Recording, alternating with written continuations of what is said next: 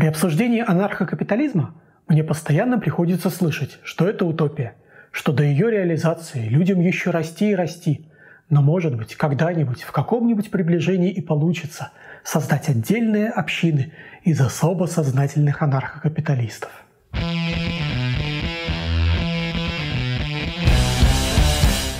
Всем привет!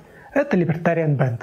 Я Алексей Нефедов, и сегодня я хочу вам рассказать, почему с анкапом все совсем наоборот. 3 месяца назад я прочитал у Владимира Золотарева серию статей о том, что такое государство и откуда оно берется. Там он излагал такую мысль. Анархокапитализм – это и есть естественное состояние общества. Это просто вся совокупность добровольных взаимоотношений между людьми. Когда же появляется некое возведенное в традицию принуждение, то это и есть государство. В принципе, это просто пересказанное другими словами определение, данное социологом Францем Оппенгеймером, о том, что есть всего 2 способа получения ценностей – экономический, то есть основанный на добровольном обмене, и политический, то есть основанный на насилии. И вот, не так давно я имел возможность воочию наблюдать, каким становится общество без государства. Горный Алтай – это оживленное туристическое местечко, но государство там фактически расположено только вдоль немногочисленных трасс федерального и республиканского значения. Но вот мы съезжаем с Чемальского тракта около деревни Эликманар и едем в деревню Каракол. Это начало популярного туристического маршрута на Каракольские озера. Деревня расположена всего в 35 километрах от тракта, и туда даже ведут остатки старой советской дороги. Деревни Каракол юридически не существует. Государство признало ее мертвой. Это было сделано для того, чтобы сэкономить на ремонте дороги и ЛЭП. Вы же все знаете эти мемы, что при анкапе некому будет строить дороги. И вот его нагляднейшее воплощение. Сегодня в деревню можно попасть только на внедорожниках, на лошадях, пешком или на вертолете, ну и зимой на снегоходах. Как живут эти люди? Они эксплуатируют важнейший природный ресурс своей земли – туристов. При Советском Союзе туристу было опасно даже ночевать рядом с деревней. Ночью придут местные и ограбят. Сейчас туриста грабить нельзя. Он полезнее в качестве клиента. Лучше предложить ему что-нибудь интересное, вроде горячих пирожков из дровяной печки. При Советском Союзе здесь паслись колхозные стада, выращиваемых на мясо бычков. Сейчас выгоднее держать коней, потому что кони катают туристов, а коровы туристам мешают. Скот – это инвестиция понадежнее банковских вкладов. Местные жители утверждают, что вскоре после развала совка были некоторые проблемы с конокрадами. Но конокрады быстро закончились. Итак, что мы видим?